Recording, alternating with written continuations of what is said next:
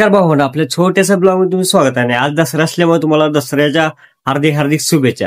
आणि तसंच आज आपल्या भाची जावळ काढायचंय. पहिल्यांदा आपण बाळूमाला जाऊन येऊया.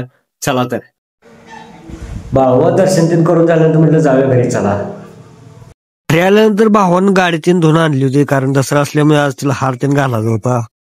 मग आम्ही गाडीतीन पुजून घेतली, हार तीन घातला. हार तीन घालून चाललो बघा मी ढालगावला.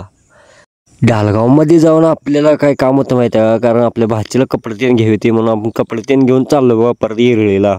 कारण गेल्यानंतर आपल्या बहिणीने छोटंसं नियोजन केलं, डेकोरेशन केली छोट्याशा घरामध्ये. छोटंसं नियोजन केलं आपल्या बहिणीनं. धावतो चला. हे आमची परी बघा, परी नियोजन केलंय.